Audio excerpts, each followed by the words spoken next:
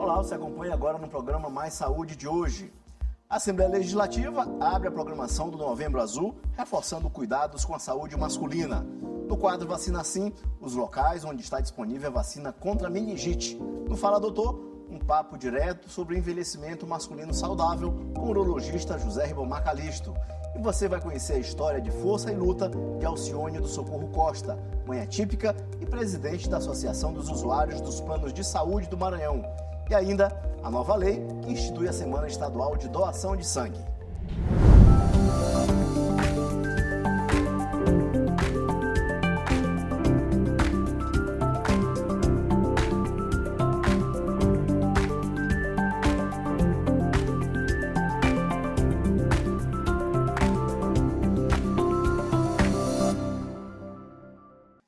Novembro Azul, a Assembleia Legislativa do Maranhão deu início à programação do mês dedicado especialmente à saúde integral do homem. O evento, ministrado pelo urologista Rafael Campos, reuniu servidores, convidados e parlamentares no plenarinho, reforçando a importância da prevenção e do cuidado contínuo com a saúde masculina.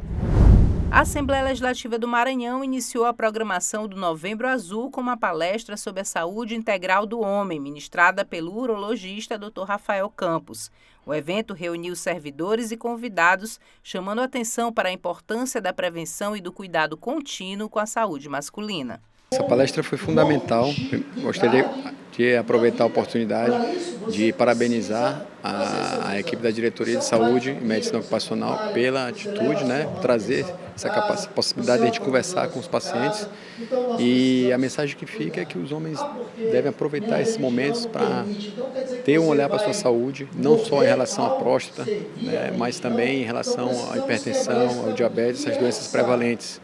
E a gente traz isso aqui na conversa, traz isso à tona e por isso foi muito importante. Durante a ação, servidores puderam realizar gratuitamente o exame de PSA, o antígeno prostático específico utilizado para detectar alterações na próstata. A atividade faz parte das ações promovidas pela Diretoria de Saúde e Medicina Ocupacional da ALEMA dentro da campanha Novembro Azul. Tudo isso buscando fazer com que o homem olhe mais para ele como um todo, como olhar mais para a saúde masculina mesmo. Isso tudo a gente tem sempre o apoio da presidente Iracema, que ela busca sempre estar incentivando essas ações. Ela achou fantástica a ação quando a gente apresentou e a gente, como sempre, o Departamento de Saúde tem essa sensibilidade de procurar sempre estar atraindo o servidor para que ele olhe mais para a saúde. Novembro Azul é um movimento mundial que reforça a necessidade de quebrar tabus e estimular os homens a cuidarem da própria saúde. Além dos exames preventivos, a campanha alerta para hábitos saudáveis, como a prática regular de atividades físicas e o acompanhamento médico, mesmo na ausência de sintomas. São muito boas para prevenir o câncer de próstata, que é uma coisa muito rígida na saúde do ser humano. Inclusive eu venho já acompanhando minha próstata, já fiz biópsia, entendeu? Para me curar do câncer de próstata. Eu já estou na fila para fazer o meu PSA, viu? Eu me sinto muito honrado, isso é muito importante. Eu acho que todos os órgãos do Estado, Prefeitura, Município, Governo Federal deveriam incentivar a nós, funcionários, a fazer este exame, que é importantíssimo, Acompanhe agora os locais das principais unidades de saúde que a vacina contra a meningite está disponível. No nosso quadro Vacina Sim.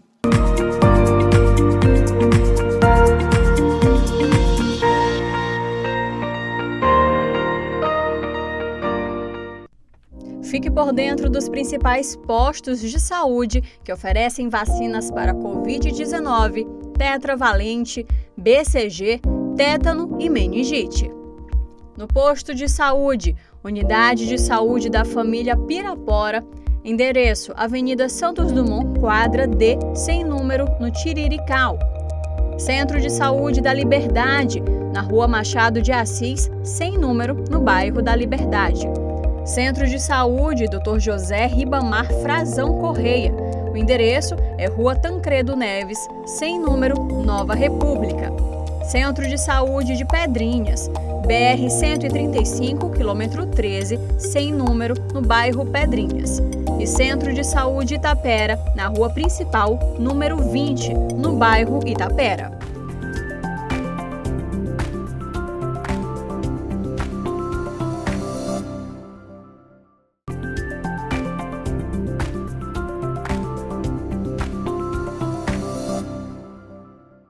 O quadro Fala Doutor é um espaço direto e descomplicado para responder aquelas dúvidas que todo mundo tem sobre saúde, bem-estar e qualidade de vida. Quem comanda esse bate-papo hoje é o nosso repórter Joelson Braga, que conversa agora com o médico urologista José Ribamar Calisto. E o assunto é envelhecimento masculino saudável. É com você, Joelson.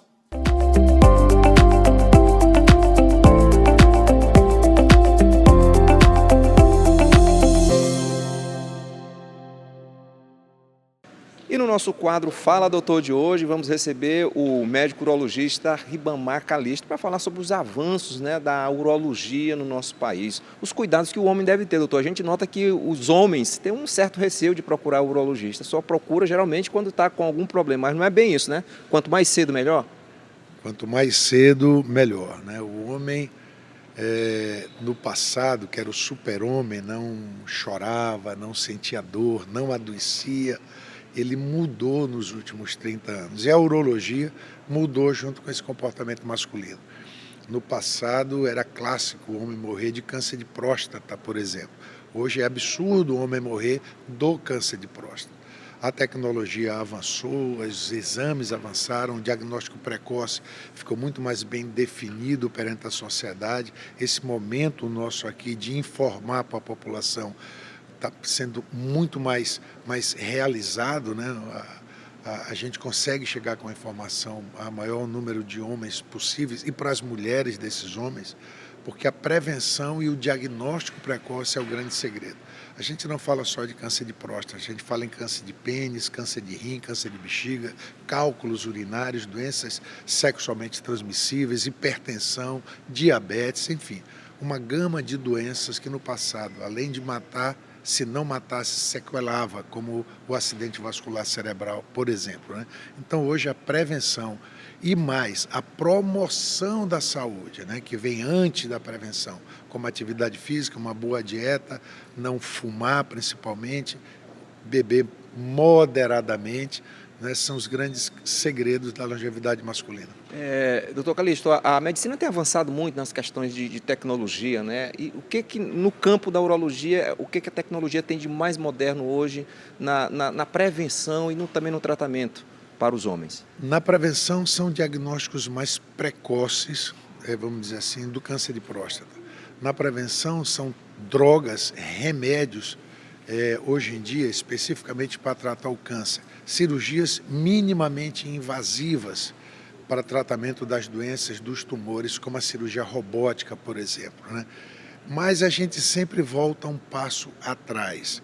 Exemplo, câncer de pênis é o único câncer prevenível. Então, você ter um comportamento sexual seguro, fazer a vacina contra o HPV nas crianças acima de 9 anos, dos meninos e nas meninas. Essa vacina, ela vai praticamente prevenir o câncer de pênis, que ela melhora a imunidade contra o HPV. As novas drogas para tratamento de cálculo renal, de infecções urinárias. Mas vamos voltar 3 passos atrás, né? A grande prevenção mesmo continua sendo a clássica, redução de açúcar, sal e atividade física. Essa é a grande dica. A gente vive numa sociedade muito preocupada com a questão da estética. Isso também está ligado com a questão sexual. Vimos muitas cirurgias para alongamento, para melhoria do tamanho do pênis. Os homens estão ainda preocupados com isso. Até que ponto isso é saudável? A gente tem que separar muito do que é tecnicamente viável, verdadeiro, e o que é, eu não digo nem propaganda enganosa, mas uma falha na propaganda do alongamento peniano. Existem técnicas hoje de harmonização peniana que você aumenta o diâmetro do pênis por injeção de ácido hialurônico praticamente debaixo da pele. Ele vai te dar assim, um resultado estético bom, mas é um falso engrossamento, mas melhora o resultado estético, não tem dúvida. As próteses penianas para tratar impotência sexual, sim. As próteses, elas restauram a rigidez do pênis, deixam o pênis novamente ereto, coisa que o diabetes, ele acaba com a ereção do homem se ele não tratar, a hipertensão não tratada, O câncer de próstata avançado, quando você vai submeter a um tratamento, ele pode acabar com a ereção. O câncer de próstata na fase inicial, e hoje com o advento da cirurgia robótica, você pode operar do câncer e continuar potente. Os tumores benignos da próstata, como a hiperplasia, seja cirurgias com laser endoscópico ou robótica ou aberta, eles não alteram a função sexual. Então, a verdadeira reconstrução da ereção ainda é em quem não tem ereção, a prótese peniana. Agora, a harmonização estética, ela hoje acontece para fins de aumento em espessura do pênis. Mas quando a gente fala em estética também, quando o homem se preocupava só em acabar com a barriga, não ser barrigudo, né? Hoje tem uma resposta clínica para isso. A gente sabe que a barriguinha grande, ela sequestra estrógeno, sequestra hormônio feminino. E esse sequestro de estrógeno vai diminuir apetite sexual, vai diminuir a ereção e vai predispor a doenças coronarianas e arteriais obstrutivas. Então o homem não se preocupa só com a estética, não ter barriga, né? Ele se preocupa com a saúde, porque a dislipidemia, a síndrome metabólica, colesterol, triglicerídeo alto, glicemia alta, resistência periférica à insulina, obesidade central, vai levar à hipertensão. A hipertensão, junto com esses fatores, vai levar a obstrução, entupimento, entupir as artérias, microartérias ou mini-artérias periféricas. Isso vai levar a infarto, a derrame, a impotência. E já há estudos também que a longevidade masculina com a dislipidemia e a síndrome metabólica leva até um Alzheimer mais precoce. Eu queria agradecer ao doutor Calixto, obrigado. Joelson Braga para o Mais Saúde.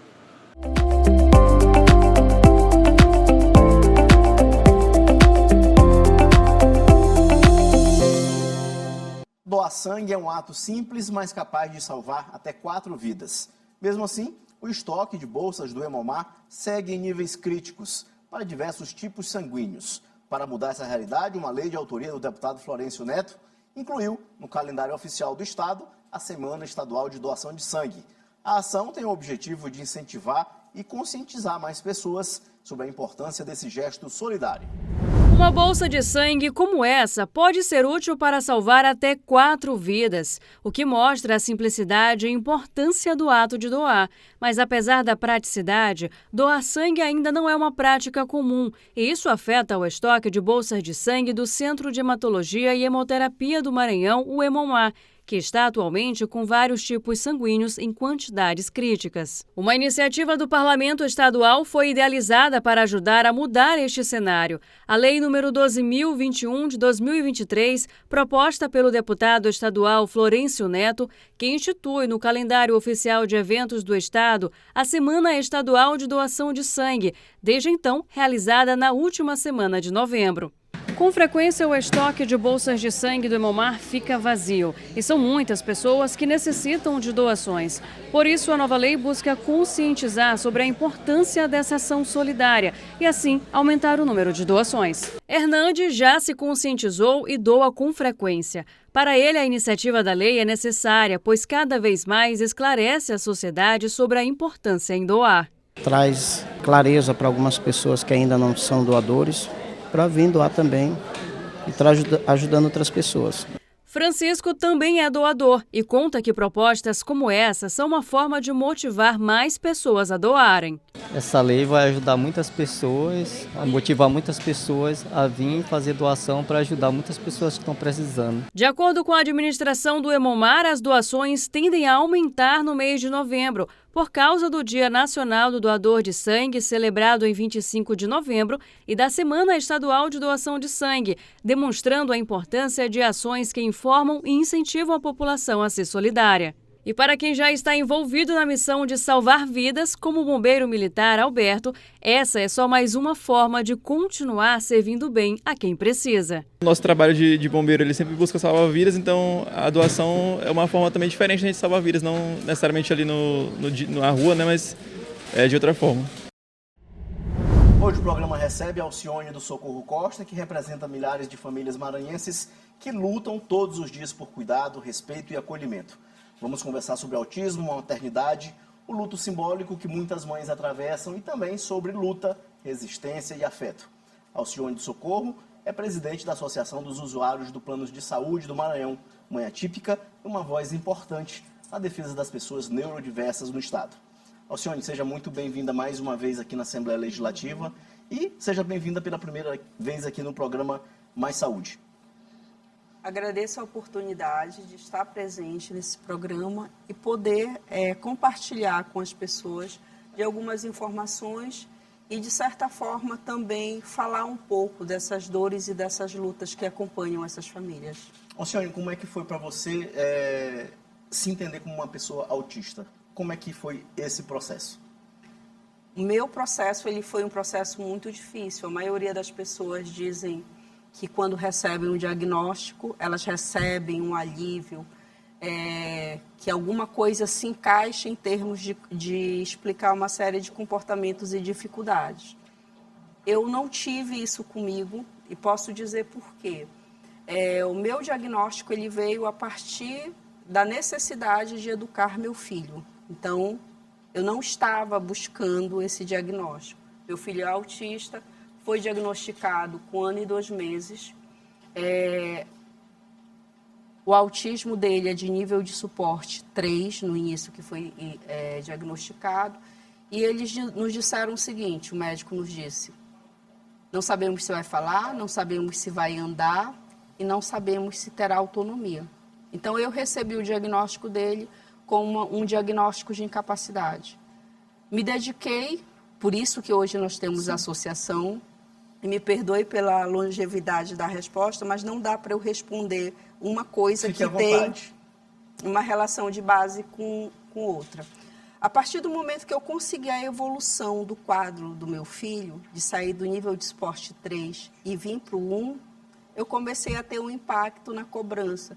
Seu filho precisa cumprimentar as pessoas, precisa olhar para as pessoas. Eu, por exemplo, no vídeo, eu sempre me incomodo bastante, porque eu não fico olhando para as pessoas. Há dificuldade de centrar.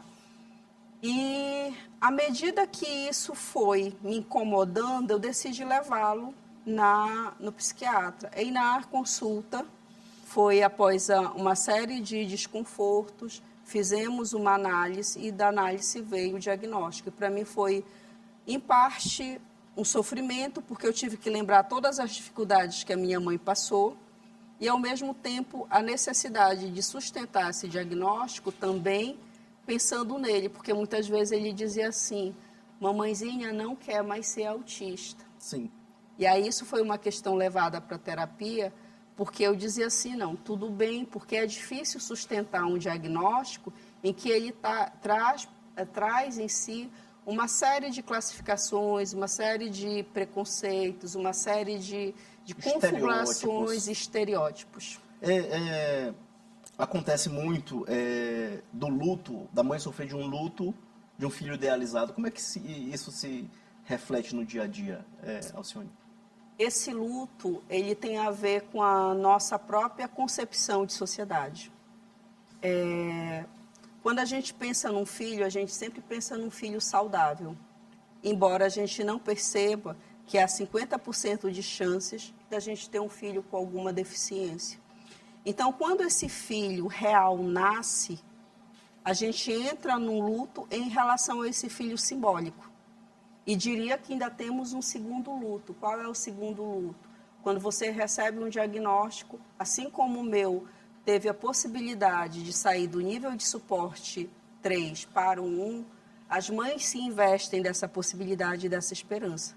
Só que quando o autismo vem acompanhado de uma deficiência intelectual e outras comorbidades, isso vai deixando de ser uma realidade possível lá para os 7, 8 anos. Então, eu digo que a mãe ela vive um segundo luto, que é de aceitar que aquela condição ela não vai poder ser transformada.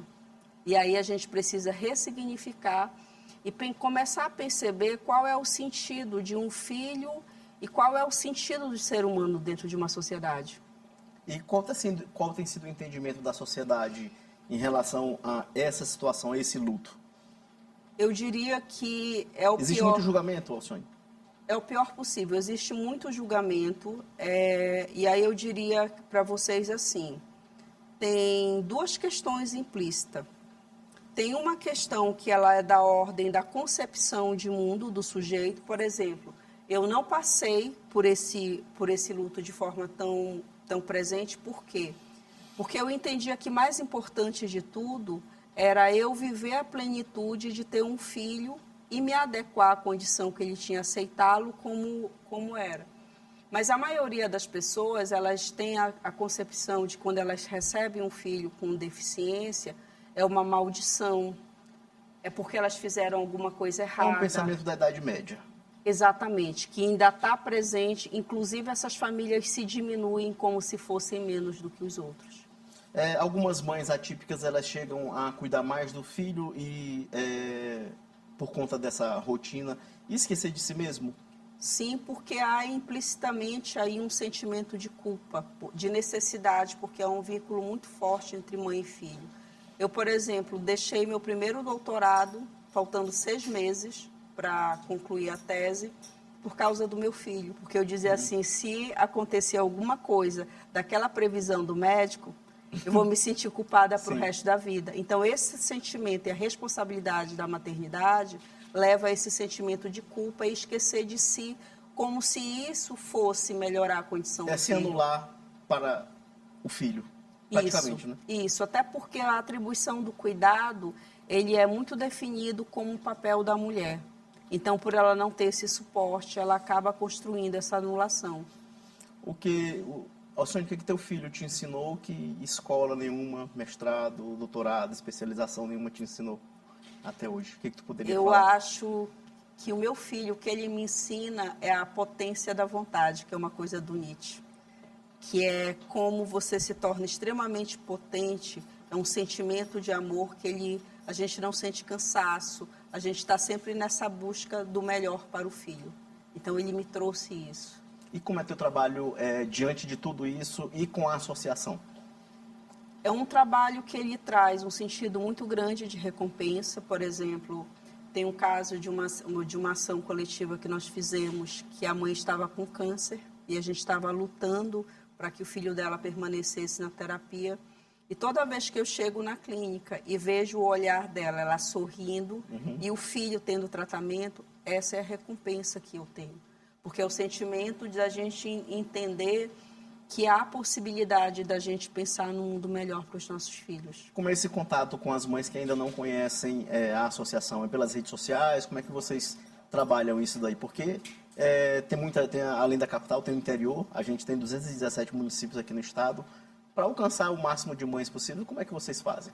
Pois é, nós não temos ainda essa capilaridade. E vem a grande dificuldade pelo meu diagnóstico de autismo, que a minha interação com um grupo muito grande de pessoas acaba sendo prejudicada. Mas a gente está tentando fomentar lideranças, porque esse é meu intuito. É uma das coisas que eu falei na audiência que nós tivemos, é que toda vez que tem uma voz do autismo, para mim me preocupa, porque nós precisamos de várias vozes, nós precisamos de várias mãos. Então, a minha ideia é fomentar as lideranças em cada um desses lugares, para que as mães tenham esse empoderamento, as famílias tenham esse empoderamento e possam fazer essa luta conosco. Esse entendimento da sociedade em relação ao autismo, ele tem aumentado? Como é que está a reação das pessoas em relação, quando conhecem aquele cordão de identificação que muitas crianças e pessoas atípicas usam, identificando suas situações médicas? Como é que tem sido a reação da sociedade? Hoje eu preciso dizer que nós temos um quadro de 6,9 milhões de pessoas com autismo, e isso significa, em alguns casos, por exemplo, se chama epidemia de autismo. Ele é uma condição que ele é mundial, e a partir do momento das redes sociais a gente começa a ter um ativismo e uma visibilidade que antes não se tinha. Então, hoje há uma compreensão maior, mas ainda não há necessariamente uma assertividade em relação aos direitos das pessoas com autismo. Por falar em direito de pessoas com autismo e também em relação a benefícios sociais, principalmente do INSS, a gente percebe, eu como advogado no interior do Estado, militante no interior do Estado da área previdenciária, eu percebo que muitas mães, às vezes, têm justamente o benefício BPC, né, o benefício de prestação continuada, sendo cessado por situações bobas, né? A associação tem algum trabalho em relação a isso? Que é muito injusto, além de toda a situação, a mãe não pode trabalhar, né? Porque se tiver um aumento de renda, um comprometimento de renda, cessa o benefício. Tem duas questões aqui, que aí no caso eu preciso falar também como a pessoa que tem a formação na área de políticas públicas, né? Meu doutorado é na área de políticas públicas. Então, a gente está falando de um benefício que ele, na lei, está lá, pessoa miserável, né? Sim. Então, essa miserabilidade, ele implica que é um benefício que ele está sendo utilizado para alimentação. Só que o que é que acontece? Muitas mães, por deixarem de trabalhar pelo alto custo que tem o autismo, começam a entender esse benefício como se ele fosse para o tratamento, quando na verdade ele é condição de sobrevivência. E há uma falha muito grande do Estado nesse sentido, porque a gente precisa fazer uma revisão em relação a esse benefício. Por quê? Porque a gente está falando de indivíduos que eles vão ter uma média de vida de 70 anos. Sim. Então, eu tenho uma pejotização, o que é a pejotização? Hoje as pessoas não estão mais trabalhando de carteira assinada. Muitos estão nessa condição de MEI e não estão recolhendo impostos. Então, de um lado, você não tem a arrecadação de impostos, por outro lado, você tem a elevada quantidade de pessoas com deficiência. Então, essas duas coisas, elas estão em desequilíbrio. Então, a gente precisaria pensar em uma nova forma de acesso a esse benefício e também das saídas necessárias. Por exemplo, o Paulo Paim, na época, ele estava fazendo uma discussão, inclusive, sobre isso, sobre a possibilidade de você ter o BPC e você ter a carteira de trabalho, Sim. com uma forma de mediar essa saída. Porque da forma como está, eu tenho porta de entrada, mas eu não tenho porta de saída. Entendi. Alcione, você acredita que o formato atual do BPC ele desestimula as mães atípicas? Em que sentido? No sentido de buscar um trabalho, porque, consequentemente, vai perder o benefício? Ele desestimula, ele é uma política que ele está equivocada, como eu estava comentando com você. Qual seria o ideal? E isso são questões que já fazem pauta da discussão das políticas públicas. E vou dar um exemplo clássico aqui. Uma vez eu conversei com uma pessoa de uma multinacional, e aí ela me falou que quando foi aprovada a lei que tornava obrigatório a contratação de pessoas com deficiência, Sim. eles tiveram que fazer busca ativa, porque muitas dessas pessoas tinham medo de perder o benefício. Então, hoje, você pode ter o benefício, conseguir um emprego. Sim. Ele é interrompido e, se houver a demissão, você tem o direito a esse restabelecimento. Então, as pessoas não têm essa informação. Por exemplo, a pessoa como associado da Associação dos Usuários de Plano de Saúde, elas podem entrar com benefício pela associação. Sim. De forma, muitas vezes, gratuita, que é uma condição que a gente não consegue fazer por outras esferas. Verdade. Alcione, a nossa última pergunta. Qual é o seu maior sonho para o futuro de seu filho e das pessoas neurodiversas aqui no estado? Você que é do Pará, né? E é maranhense de coração. O sonho do meu filho, o sonho das pessoas neurodivergentes, eu estou construindo ele. Eu sou aquela pessoa que fica bem aqui, como se estivesse tecendo. Tem uma cidade no Canadá que é uma cidade totalmente assistiva. Ela usa a tecnologia para ela fazer o acompanhamento das pessoas com deficiência. Ela é toda automatizada. Sim. E a política pública é toda integrada. Então, o meu sonho é a oferta desses serviços e a minha ideia é que a gente vá fazer essa experiência no Canadá como pesquisa e um dia retorne para o Brasil para a gente tentar implementar esse tipo de política. Alcione, você trouxe 2 livros aqui. Fala um pouco sobre eles. Esse daqui? Esse daí é Autismo e Quadros de Guerra. Ele trata a respeito das diversas frentes de luta que nós temos na saúde e educação. E o próximo livro, ele faz parte de um guia de enfermagem para a identificação precoce do autismo em crianças. E foi escrito de forma colaborativa com a professora Franci Dalma, que foi uma das minhas co-orientadoras, porque dentro da minha tese eu tinha que dialogar com 2 áreas, tanto a área da saúde quanto a área da psicologia. E na psicologia, a psicanálise e análise do comportamento. E quadros de guerra seria o que nesse livro aqui? Nesses quadros de guerra são as políticas de saúde. Eu faço a visibilidade do autismo como sendo a última, vamos dizer assim, fronteira em termos de movimentos sociais da pessoa com deficiência. Por quê? Porque antes elas eram pessoas que não apareciam, elas estavam invisibilizadas. Então, eu não sei se dá tempo, mas, por exemplo, eu escrevi esse livro quando eu soube que uma das fundadoras das primeiras sociedades de proteção à pessoa com autismo, que era dito os excepcionais, Sim. faleceu de epilepsia.